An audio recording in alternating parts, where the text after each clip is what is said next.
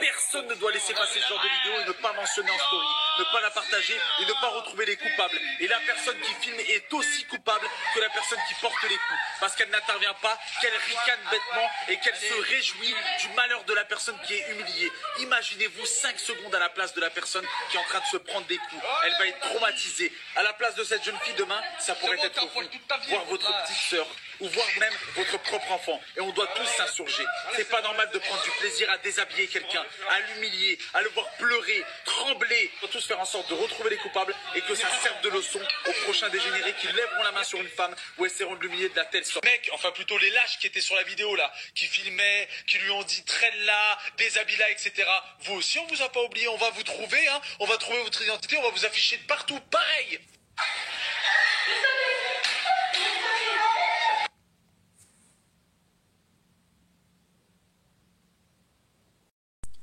Bonjour, bienvenue sur Kamosola.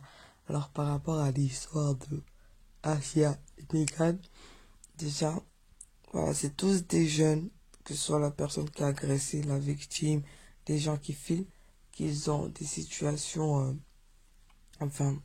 compliquées avec leurs familles respectives, des personnes qui sont au foyer, etc. Déjà. Et par rapport à Megan, le problème, c'est que c'est pas la première fois qu'elle se fait taper par Asia. C'est-à-dire que t'auras beau aider ce genre de victime, si elle accepte, j'ai rien à faire. Faut que elle-même, elle a le déclic de s'en sortir, d'arrêter de traîner avec ce genre de personnes. Le problème est qu'en foyer, il y a ce climat de violence qui règne. Donc, pour eux-mêmes, ça doit être normal parce qu'ils communiquent pas, ils doivent se taper dessus, etc. Il y a même parfois les éducateurs qui sont violents aussi avec les enfants. Faut pas l'oublier. Voilà. Alors, par rapport à la vidéo, par rapport à la vidéo, déjà, la personne qui tape, même en tout court, quelqu'un qui tape, ce n'est pas quelqu'un de fort. À chaque fois, les gens, ils sont là, la bagarre, encore la bagarre, la bagarre. Oui, la personne qui tape, c'est la personne qui est forte, etc. Si tu parles mal à quelqu'un, il va te taper. Déjà, quelqu'un qui tape, c'est quelqu'un qui est faible. C'est un lâche, déjà. C'est quelqu'un de lâche. Et c'est quelqu'un qui ne sait pas communiquer. Ça veut dire qu'il sait même tellement pas contrôler ses émotions qu'il est obligé de taper. Il n'y a rien de pire qu'une personne qui tape. Quand tu es quelqu'un qui est forte, quand tu es quelqu'un de fort, tu sais contrôler tes émotions, tu n'as pas besoin de taper. L'ignorance est le meilleur des mépris. Mais taper égale lâche faible. Ça, il faut pas l'oublier. Et les personnes qui filment, c'est des personnes qui se sentent mal dans leur peau. Et aussi, la personne qui tape aussi, c'est des personnes, c'est des gens qui souffrent. Attends, quand t'es bien dans tes pompes, tu fais pas de mal aux gens comme ça. Taper une personne, c'est que ça va pas dans ta tête. Se défouler à ce point-là, on voit bien dans la vidéo les mecs qui disent qu'ils engrainent. Vas-y, encore, etc. Enlève ça, on t'a vu à poil à chaque fois, je sais pas quoi. Et la fille, tant de violence, on dirait qu'elle est même pas dans son corps, qu'elle est réagit même pas. On voit bien en fait dans cette vidéo la souffrance qu'ils ont ces jeunes. Et aussi dans la vie de tous les jours, les gens qui tapent, quand tu les regardes, en fait c'est pas contre la victime qu'ils ont un souci en général, c'est contre eux-mêmes. C'est leur vie qui ne va pas en fait, en vrai.